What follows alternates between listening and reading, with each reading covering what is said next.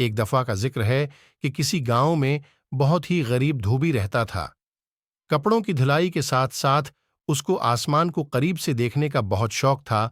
वो और उसकी बीवी रोज धूपी घाट पर कपड़े धोने जाते थे। एक रोज जब उसकी बीवी कपड़ों को सूखा रही थी, उसकी नजर आसमान पर पड़ी और क्या देखती है कि आसमान से एक हाथी उड़ता हुआ जमीन पर उतर रहा है। और जैसे ही वो जमीन पर उतरा तो वो गायब हो गया। 2-3 रोज तक वो यूं ही हाथी को जमीन पर उतरता देखती रही। एक रात उसने ये सारा माजरा धोबी को बताया। धोबी पहले तो बहुत हैरान हुआ, मगर फिर फैसला किया कि कल वो उस हाथी पर नजर रखेंगे कि ये हाथी जमीन पर क्यों उतरता है और फिर गायब हो जाता है। आखिर ऐसा क्या है? अगले दिन दोनों शिद्दत से उसका इंतजार करने लगे। आसमान पर बार बार नजर दौड़ाने लगे। आखिर इंतजार का वक्त खत्म हुआ और उनको आसमान से हाथी जमीन पर उतरता नजर आ ही गया। दोनों उसके पीछे चल पड़े। हाथी गन्ने के खेतों में घुस गया और खूब पेट भरकर गन्ने खाने लगा।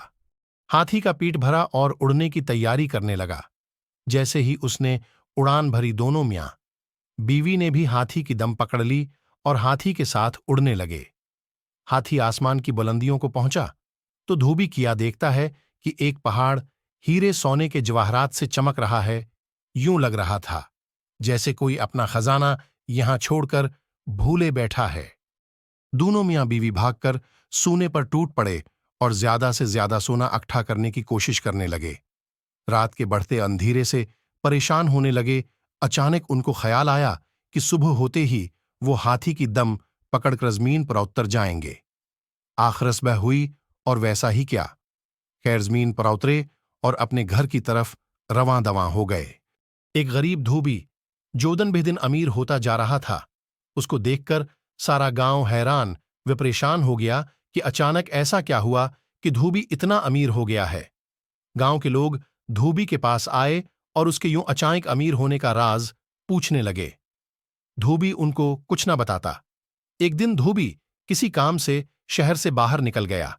इस बात का फायदा उठाते हुए उनकी हमसाई धोबन के पास आई और बातों बातों में खजाने का राज अगलवा लिया। रात को जब धोबी वापस आया, धोबन ने सारा माजरा बताया। धोबी को इस हरकत पर बहुत गुस्सा आया, मगर अब बात हाथ से निकल चुकी थी।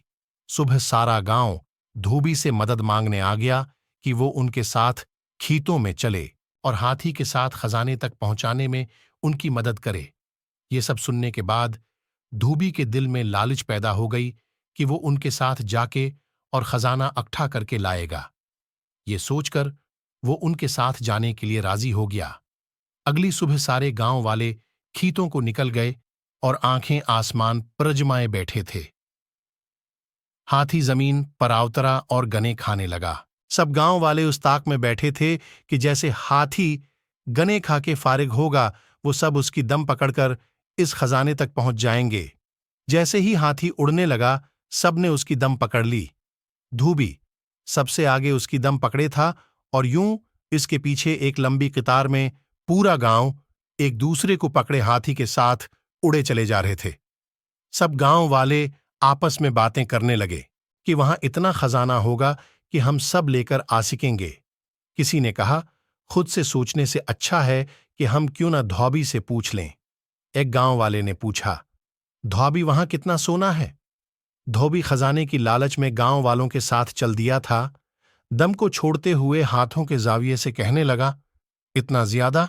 ये कहने की देर थी कि सब जमीन पर सर के बल गिर पड़े और हाथी मजे से आसमान में अपनी उड़ान भरने लगा और गांव वालों को उनकी लालच की सजा मिल गई।